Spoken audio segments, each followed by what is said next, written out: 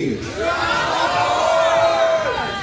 I'm out here grinding. I do this for the streets, the runners. Cause I'm out here grinding.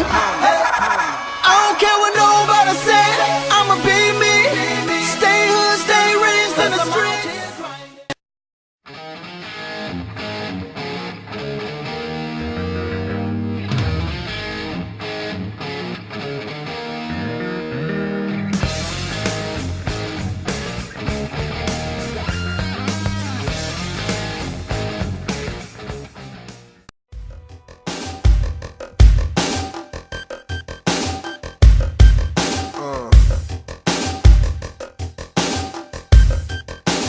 Slapping your yeah. Jersey, folks. He's the only quarterback that ever led the Kansas City Chiefs to a Super Bowl in 1969. Let's start the bid off right here. $100. $100. Can I get a bid for 100? For MVP, he wrote that himself. Certificate of authenticity is included. This is a must-have for any Chiefs fans' man cave. Sold for $175 from Mike Elpers. He is single. He likes long walks on the beach. All right, here we go.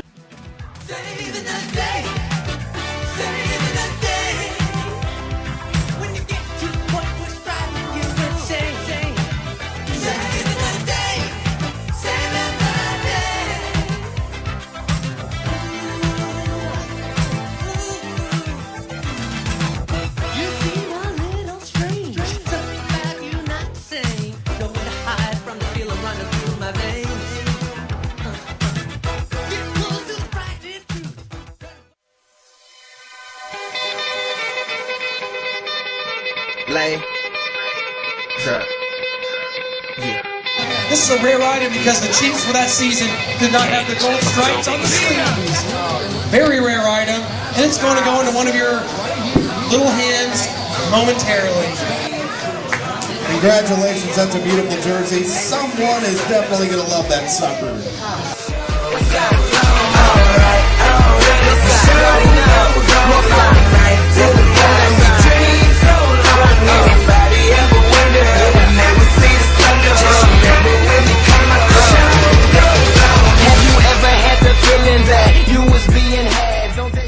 Hello and welcome to the Sports Horn, coming off of what you guys just saw. Excellent footage from our first annual Super Bowl party held up in the Strike Zone. Chris, we had a wonderful time. Thanks to everybody who contributed, everybody who came out, and all the sponsors that helped make it possible, because it was a wonderful experience for the Super Bowl, Giants and Patriots. It was, and it was a great game to go along with it. I think overall, it was a good success, getting out there, getting around the people, our fans, and our family as well, and letting them see just what it is we do, I want to give a special thanks to Jared again for letting us have the Strike Zone. Always great for, that guy gave us our first shot, and he's definitely stuck by us the whole time. Scrimmage, thank you so much for making our shirts. Guys, if you need anything done, shirt-wise, jersey-wise, go see your boy Dallas over at Scrimmage. That guy definitely gets her done right. But with that said, let's talk about the game that we saw a little bit. The game itself, the thing that always seems to get overlooked when it comes to Super Bowls. Yes. It's actual, because you got 8 hours of pregame, 2 hours of postgame, and I think a lot of it. And a lot of Madonna, because we are living in a material world, and I am a... She didn't even sing that. Why are we even talking about that? So, Chris, the New York Giants, for the second time in a 4-year span, had defeat the New England Patriots, something we said would not happen. Yeah. The Giants, underwhelming, as always, come in and just get it done. Of course... It was the same kind of game as the last Super Bowl they played against each other. It was. I think the final score on the last Super Bowl, you had 20-17. This one's 21-17. And, the Patriots had a shot there at the end. They couldn't quite put a drive together. And I was actually shocked because I told you when they were driving, I said, Brady's going to do it. He's going to do it this time. And he didn't. And a lot of that had to do with the wide receiver plays. Wide receivers were not catching the ball. Eli Manning's wide receivers, on the other hand, were catching the ball. And they were running the ball. And like we talked about in the pregame of it all, their defensive line really lived up to the hype.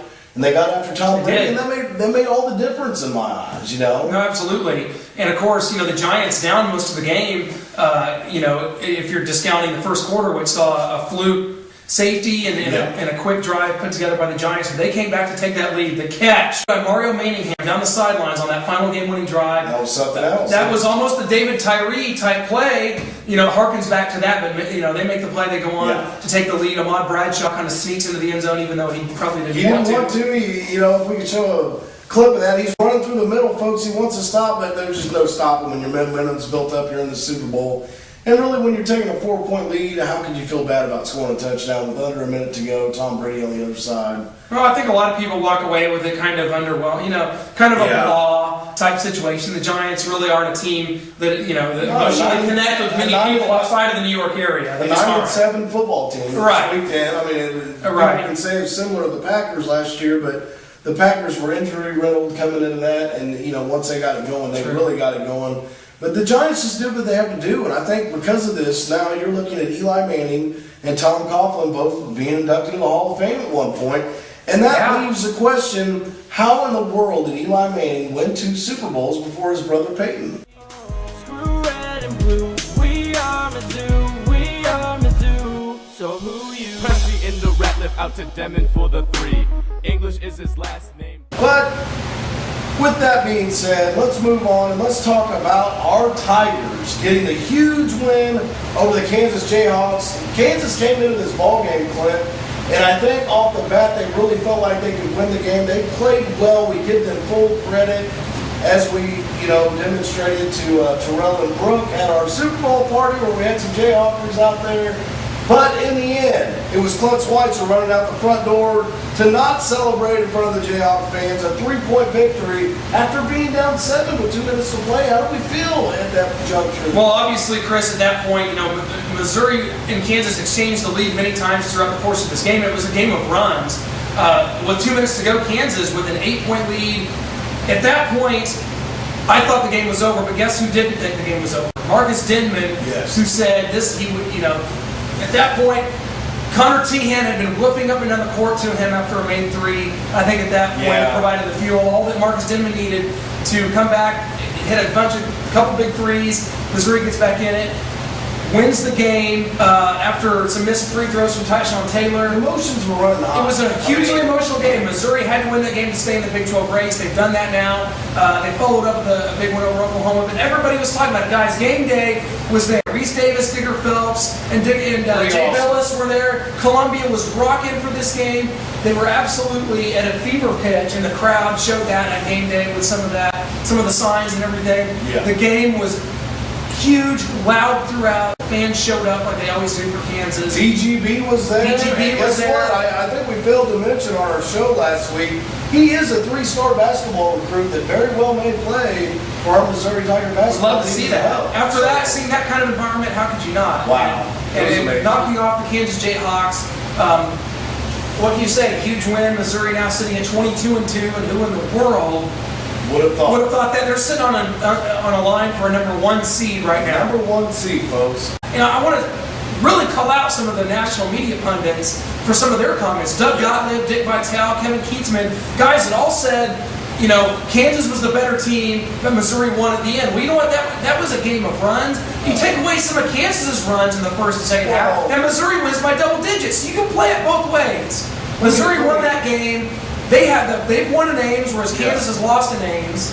Let me first and foremost say, I don't think you could ever take a victory away from a team that worked their butts off and earned it in their own stadium. Now, I do think it's the Tigers' job to go out to Allen Fieldhouse in the fall and play well. I'm not saying we have to win, but let's play well, and I think we can win.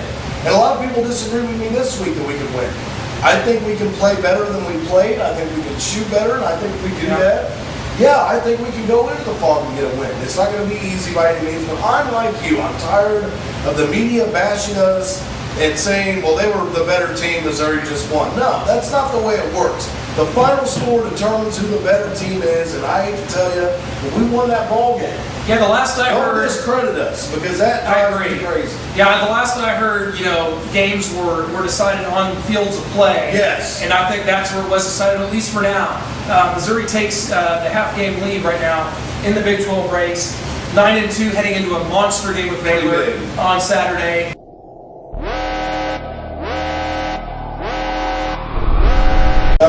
2 days, we have the big throwdown in Seatown out here at the Benson Center. A lot of the guys that we know, Aaron Mays, Eric Crittenden, Brandon Jolly, some of these, they're going to be fighting, here in the main events here on Saturday night. We've got Eric Crittenden taking on Aaron Mays, and I think that is you've got a technical guy versus a guy that now Aaron's been out in Arizona training for boxing and different things. So I think that's going to be a good matchup. The part that I worry about Eric is I worry about Aaron taking him down, Eric not being able to get off his back, and that I believe is how the fight will end. I believe Aaron will wrestle him down, continuously take him down, and finally ground and pound him into a submission. And then as far as Brandon Jolly and Diaz Salinas goes, I think we saw how that played out in the first match. Was that a fluke, though? And that's what we got to look at here. Is it a fluke? Well, only Brandon's going to be able to say yes it was or no it wasn't. He's got to come out. He's got to establish his wrestling game and get the guy down, because although I do feel Brandon can strike, I feel DA has, he's got the heavier punches there, and there's nothing wrong with that. That's the way the MMA works. I think it's going to be a good matchup. I'm excited.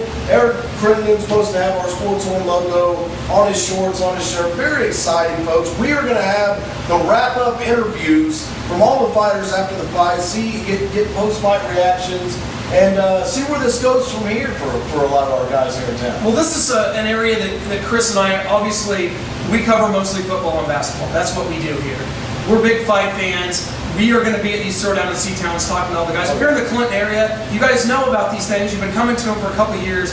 Get out, support them. And as far as the Eric Crittenden and Aaron Mace fight goes, I love Eric Crittenden's boxing abilities. I love the fact that he does actually box professionally. He does. I think that's going to be a huge advantage for him here. Now, Aaron is going to probably come in heavier than Eric in this fight, and like you said, could be an advantage if it does go to the ground. But I think Eric Crittenden's got something up his sleeve for us here. No predictions out of me because I just don't know. I like both guys, and I think it's going to be an entertaining bout. On a side note, UFC 143, Carlos Condit comes away with a controversial victory over Nick Diaz. I watched the fight in its entirety, and I got to be honest with you, Diaz was what you would call the A contender. He backed Condit down the whole fight. Condit did have a lot of great counter strikes, and he did his best to weather the storm, and I thought the judges got it wrong in this. That's my opinion, but I want to know yours. Go to the Sports One page. Let us know how you felt about that Condit-Diaz fight. Carlos Condit, as of 2 days ago, has signed a contract to rematch Nick Diaz, so you will see that fight one more time, being as George St. Pierre is injured. Clint, I believe this is the year to win the national title. You know why? Because I'm knocking on the door. We're busting in. We ain't waiting anymore to be champions. Gotta win, gotta fight, yeah. This is the sugar, yeah.